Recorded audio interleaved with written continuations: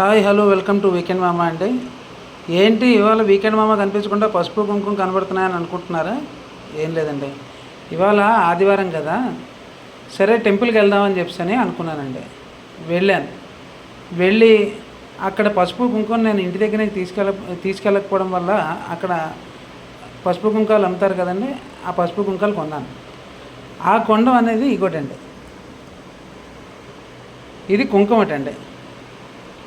So ఇది దీనిలో open చేసి పోస్తున్నాను చూడండి.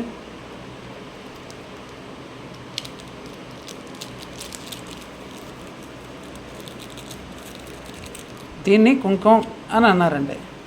ఇది ఏ లెక్కన కుంకుమలో కనబడుతుంది అనేది నాకు ఇప్పటివరకు కూడా అర్థం కాలేదండి.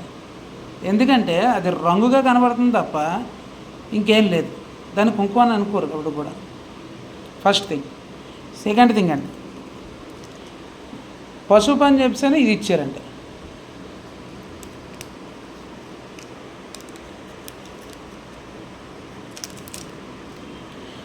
ఈ రెండు కూడా కలర్ వైజ్గా కుంకుమ పసుపు అని అనుకోవాలి తప్ప అది రియల్గా పసుపు కుంకుమలా కనబడట్లేదండి. మనం తక్కువ దొరుకుతుంది కదా, మన పని అయిపోతుంది అని చెప్పేసి బయటకు వెళ్ళి గుడి దగ్గర పసుపు కుంకుమ కొనేస్తాం. అవేమొచ్చి నకిలీవండి. మనం నకిలీ ఉన్నాయి లేకపోతే కల్తీ ఉన్నాయి అని అంటే మనం తినడానికి ఏమొచ్చి ఉపయోగించాం. అదే దేవుడికే కదా, పర్లేదులే ఏమైపోద్ది అని చెప్పేసి అనుకుంటాం. కాబట్టి నా సిన్సియర్ రిక్వెస్ట్ ఏంటంటే ఇలాంటి కల్తీవి కొని అభిషేకం చేయకండి. ఎందుకంటే దేవుడికి అభిషేకం చేసిన తర్వాత అది మళ్ళీ మన దగ్గరికే వచ్చి మనమే కుంకుమ పెట్టుకుంటామండి. పొరపాటున కళ్ళల్లో పడినా ఏం చేసినా సరే మనకే ఇబ్బంది. చిన్నపిల్లలు పెడితే అది ఇంకా ఏమైనా అవ్వచ్చేమో. ఇవి కొన్నవండి. దీని పక్కనే నేను ఇంట్లోని పసుపు కొమ్ములు ఆడించి కుంకుమరాలతో కలిపి నేను చేయించిన ఉన్నాయండి. ఇగోటండి, ఇది పసుపు, ఇది కుంకుమ. చూసారా రెండింటికి ఎంత డిఫరెన్స్ ఉందో? ఇందులో ఇది కొన్నవి, ఈ ప్లేట్లలో ఉన్నవి ఇంట్లోని పసుపు కొమ్ములు ఆడించి దానిలో కుంకుమరాళ్ళు కలుపుకొని కుంకుమ కింద తయారు చేసినవండి.